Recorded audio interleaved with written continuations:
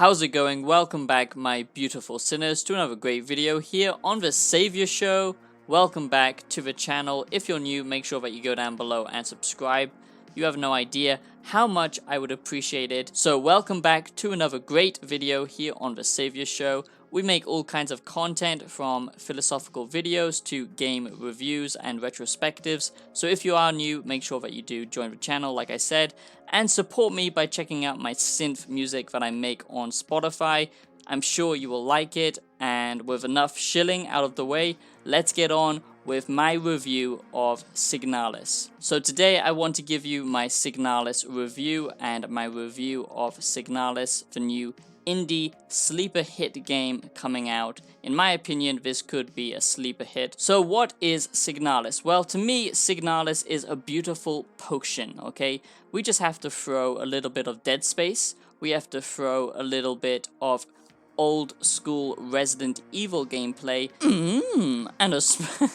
and a sprinkle of one of my all-time favorite animes to come out in recent years, which is Ergo Proxy. When you combine Resident Evil old school gameplay with Dead Space and using the art style and the kind of theme direction of Ergo Proxy, this is pretty much the best way to sum up Signalis, in my opinion. Signalis, to me, is already doing a great job because it's portraying a story that I'm actually interested in, one in which you actually have to figure out yourself. Many games have tried to replicate that approach after Dark Souls, but I love that kind of storytelling where it doesn't directly tell you the narrative, it just gives you little snippets.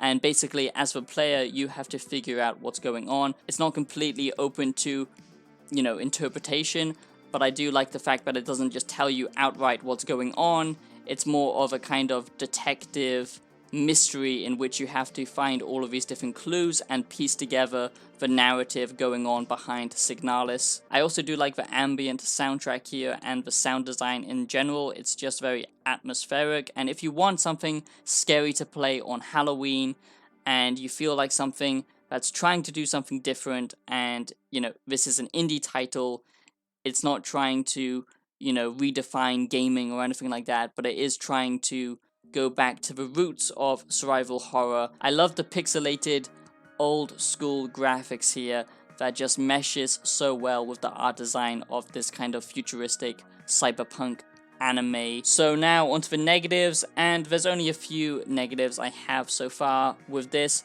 So first of all, if you don't like survival horror type games, then you will not like this. If you don't like old school retro horror games in which the camera is kind of fixed, and the combat is kind of janky, then you will not like this. To me, that's kind of part of its charm. It's not trying to do slick combat. Also, if you don't like linear games and you prefer games like Prey or Dishonored, where it basically gives you a whole open sandbox and you can do what you want as the player, this is very much focused in a linear way. And the only other thing that I don't like about this is the enemies do feel very one-note, okay, with the attack pattern and the kind of simplistic design of the enemy. But bear in mind, I've only played the preview version of this game, so there might be more later on, but I doubt it's going to be filled with a ton of variation because this game is an indie development title. However, if you want to play an old school horror game,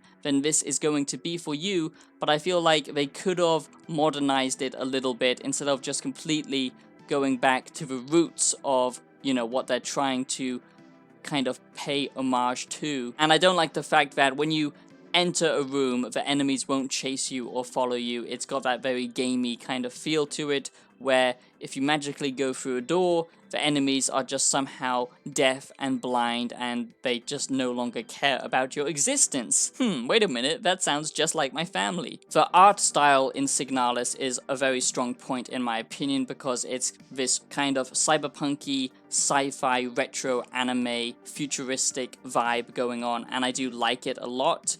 And it's just got some nice kind of cinematography to it. The slow-paced combat here is also good. You have to truly think about each shot that you take. If you like the kind of tight survival inventory management like we got in Resident Evil 4 and other survival games, then you're gonna like this. Like I said, there's a lot of puzzles to be solved, and The good thing about this is the puzzles aren't just generic, dumb, you know, modern day gamer puzzles that we get in most AAA games. They do expect you to actually use your brain. It's not completely spoon-fed to you like most games nowadays. It actually treats you like a big boy. Whoa, imagine that. And the narrative, like I said, I do like the fact that it's open to interpretation. There is a story going on, but it's more of a kind of slow mystery that you have to kind of put the pieces together.